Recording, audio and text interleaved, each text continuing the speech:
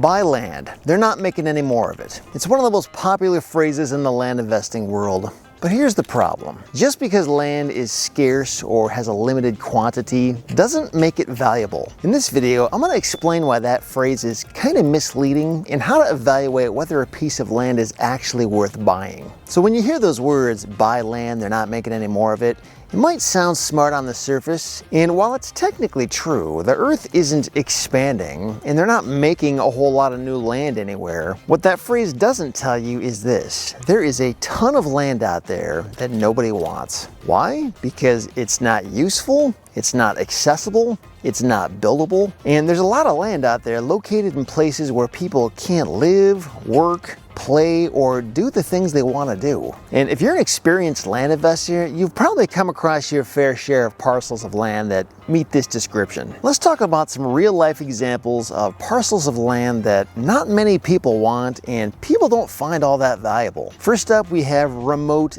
desert parcels. There are tens of thousands of parcels of land out in the desert. We call them desert squares in the business. And it's not that nobody wants them, and it's not that nobody will pay some money for them, but they're not going to pay that much for them, considering how much land there is and the fact that many of these parcels are landlocked with no legal road access, they have no utilities, no water, and they're hours away from the nearest town. For what they are, these things are dirt cheap. And this is actually how a lot of land flippers get started in the business, is because these are so dirt cheap and they're not that expensive to buy. But again, because these things aren't that useful or desirable, you're probably not going to make a fortune on these things, not unless you buy and sell thousands of them on the regular. And just because there's a finite number of these desert parcels of land doesn't make them super valuable, and it probably never will. Another example of this are floodplain and wetland lots in places like Florida and Louisiana, and you can find a lot of these waterfront lots for just a few $1,000s a piece.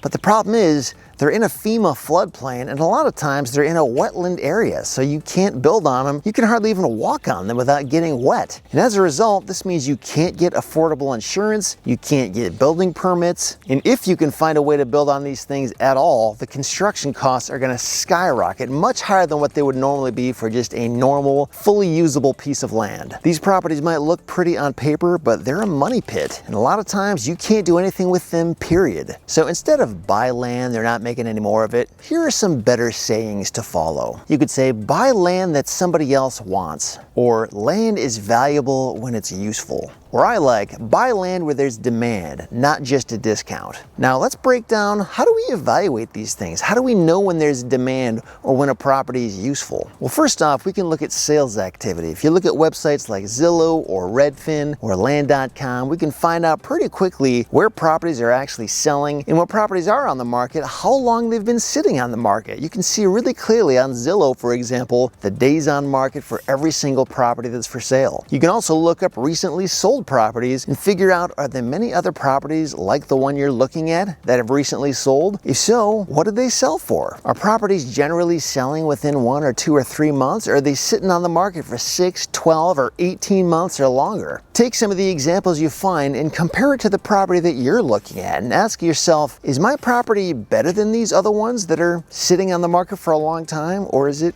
worse than these other ones? Can I price my property higher or lower than the other comps I'm seeing in the market right now? You can always call a few other land specialized real estate agents in that market who currently have land for sale and have sold land in the not too distant past and ask them, how long are these kinds of properties sitting on the market right now? If I own this property right now and listed it, how long do you think it would take to sell? What price would I need to list it for? Get some insights, not just from one agent, but from a few of them. And as you do this research, if you're seeing that there's not much activity and if nobody knows of any buyers out there, that should be a big red flag. Next up, you want to assess the accessibility and the infrastructure of the property you're looking at. Ask yourself, is there legal road access to this property? Not just some trail that you see on a satellite map, but an actual legal public road that anyone can get on. Do you see power lines nearby? Is there water available to this property? Does the property have access to a local sewer system? And if not, can it pass a perk test? Sometimes it actually takes a little bit of time and money to get these answers, but if you're planning to put a lot of money into this property or use it yourself, you definitely want to get these answers before you sink a big investment into a property like this. If you find that there's no access, no utilities, and no buildability, that usually translates to no buyers. Now, you also want to understand the local zoning and use restrictions. Check with the county, city, or township planning office. Is the land zoned residential, commercial, industrial, or agricultural? What can you actually do with this property based on how it's zoned? Are there any minimum lot size requirements to build? What are the building setbacks? How much of the land can you actually use to build what you want to build on it? Do you want to build anything at all? Do you want to do something else? Are you allowed to do that on the property? Don't just assume that you can park an RV or go camping or go hunting on your property. Ask first and make sure you know before you buy it. Is the property in a protected area or a flood zone or a wetland area or a conservation easement? You can find a lot of these answers with data services like the Land Portal, by the way, which can show you a lot of the stuff right on the map. Some land might look fine, but it's totally restricted from development or for what you want to do with it. And believe me, you don't want to find this out after you've already sunk all your money into the thing. And lastly, you want to analyze the surrounding area. Is the land near growing cities, towns, or highways? Do you see tourism nearby? Hunting, fishing, lakes, mountains, or trails? Are there any new developments happening in the area? You can use tools like Smart Assets population maps or citydata.com for migration trends or county tax records to see what investors are buying. Or again, use tools like the Land Portal where you can sort properties by the ones that have sold most recently and figure out what types of properties are people actually buying right now. Remember, demand for housing and vacant land follows things like jobs, roads, recreation, and people. So is it true that land is a finite resource? Yeah, it's true, but there's also a lot of bad land in a lot of places. And especially when you find land that's listed for sale and it's listed at a very cheap price, it's probably cheap for a reason, and there's a reason no one else has bought it yet. Before you fall in love with a good deal, ask yourself these questions. Would someone else actually want this?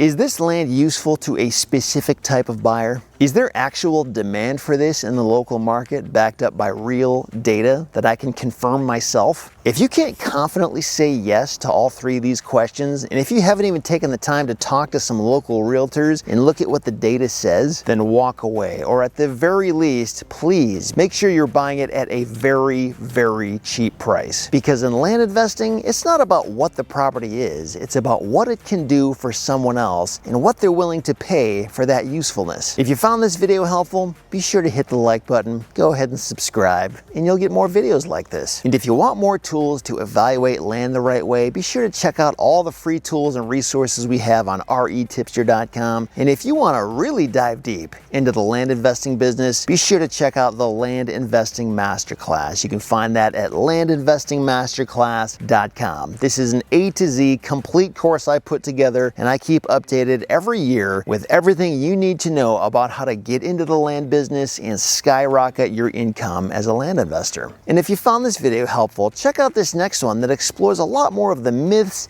and misconceptions a lot of people have about vacant land as an investment.